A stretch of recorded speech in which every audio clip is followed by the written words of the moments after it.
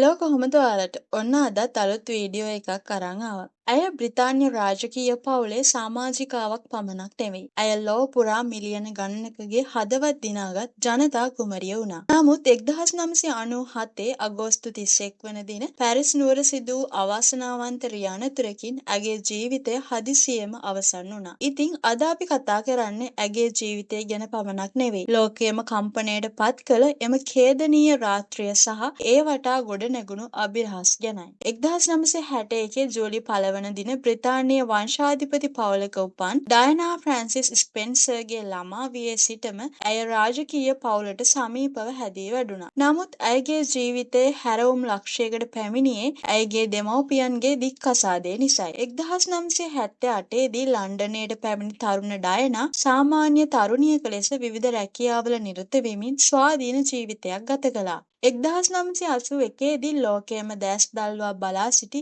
එම දැවැන්ත විවාහ මංගල්‍යයත් සමග ඇය වේල්ස් කුමරිය බවට පත් වුණා. විලියම් සහ හැරී කුමාරවරුන්ගේ උපත ඇගේ ජීවිතයට විශාල සතුටක් ගෙනාවත් චාල්ස් කුමරු සමග වූ අඹුසැමි සබඳතාවයේ ගැටලු සහ නොගැලපීම් නිසා ඇය දැඩි පීඩනයකට ලක් වුණා. අවසානයේදී 1996 වසරේදී ඔවුන්ගේ විවාහය නිල වශයෙන් අවසන් වුණා. රාජකීය රාජකාරී වලින් ඔබ්බට ගිය ඩයනා සාම්ප්‍රදායික රාජකීය චරිතයකට වඩා වෙනස් වූ ප්‍රවේශයක් ගත්තා. ඒඩ්ස් රෝගීන් වෙනුවෙන් පෙනී සිටීම, බිම් බෝම්බ ඉවත් කිරීමේ ව්‍යාපාර වැනි සමාජ සේවා කටයුතු තුළින් ඇය ලෝකයේම ගෞරවය දිනාගත්තා. ලැජ්ජාශීලී තරුණියකගේ සිට ආත්ම විශ්වාසයෙන් පිරි විලාසිතා නායිකාවක් දක්වා ඇය පරිවර්තනය වුණා. 1996 දී සිදු වූ දික්කසාදයෙන් පසු ඇය වඩාත් නිදහස් ජීවිතයක් ගත කළත් මාධ්‍ය සහ පැපරාසීන්ගේ දැඩි අවධානය ඇය පසුපස නොකඩවා තිබුණා. 1997 අගෝස්තු 31 වන දින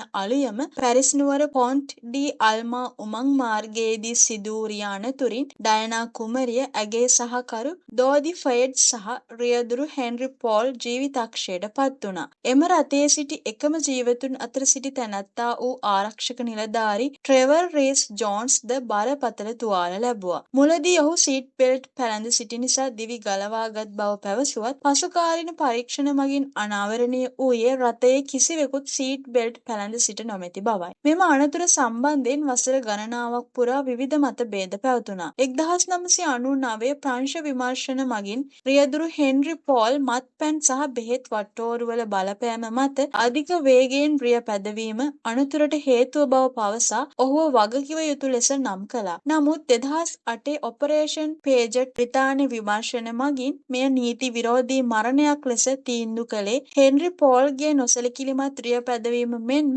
ඔවුන්ව ලුහුබැඳ ආ පැපරාසීන්ගේ ක්‍රියාකලාපයද ඊට බලපෑ බව සඳහන් කරමින් 36 හැවිරිදි වියේ පසු වූ ඩයනාගේ වියෝව ලොව පුරා දැඩි ශෝකයක් ඇති කළා. ඇගේ අවමංගල්‍ය බිලියන 2.5ක ජනතාවක් රූපවාහිනියෙන් නැරඹුවේ ඇය කෙරෙහි තිබූ ලෝක ප්‍රේමය ක්‍රියාපාමින්. ඩයනා කුමරිය අද අප අතර නොසිටියත් ඇය සිදු කළ සමාජ මෙහෙවර සහ ඇගේ අභීත ජීවිතය අදටත් ලෝකය සිහිපත් කරනවා. මෙම අනතුර සම්බන්ධයෙන් ඔයා දරන අදහස කුමක්ද? ඔයාගේ අදහස් පහලින් කමෙන්ට් කරන්න. තවත් මේ වගේ වීඩියෝ නරඹන්න අපේ channel එක subscribe කරන්න කියලත් ඔයාලගෙන් ආදරෙන් ඉල්ලනවා. ඉතින් ආය අලුත් වීඩියෝ එකකින් හමු වෙමු.